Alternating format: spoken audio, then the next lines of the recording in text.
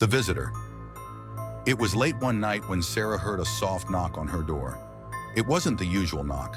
It was slow, deliberate, as if someone was carefully considering whether to enter.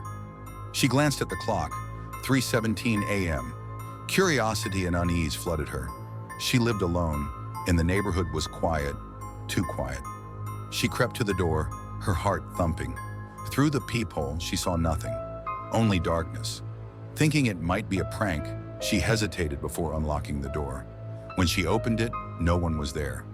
But there, lying on the welcome mat, was a small, handwritten note that simply read, "I know you're alone." Shaking, Sarah slammed the door shut, her hands trembling as she locked it again. She felt a creeping dread crawl up her spine. Her phone vibrated in her pocket. A message from an unknown number. "You shouldn't have opened the door."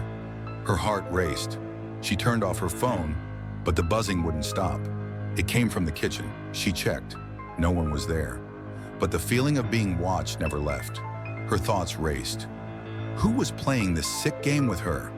She tried to sleep, but every creak of the house, every gust of wind, felt like someone was moving just outside her bedroom. She pulled the covers over her head, trying to block out the sound of the house settling.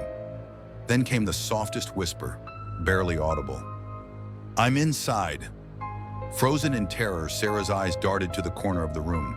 The shadows shifted unnaturally, and in the dark, she saw something. A figure. It was standing, watching her. She couldn't make out its face, but she knew it was smiling. As the figure stepped closer, she could see it clearly now. Its form distorted and wrong, its smile too wide, stretching unnaturally far across its face. Her breath caught in her throat, her body rigid with fear. The last thing Sarah saw was its hand reaching out toward her, long fingers curling like claws, before the room went completely silent.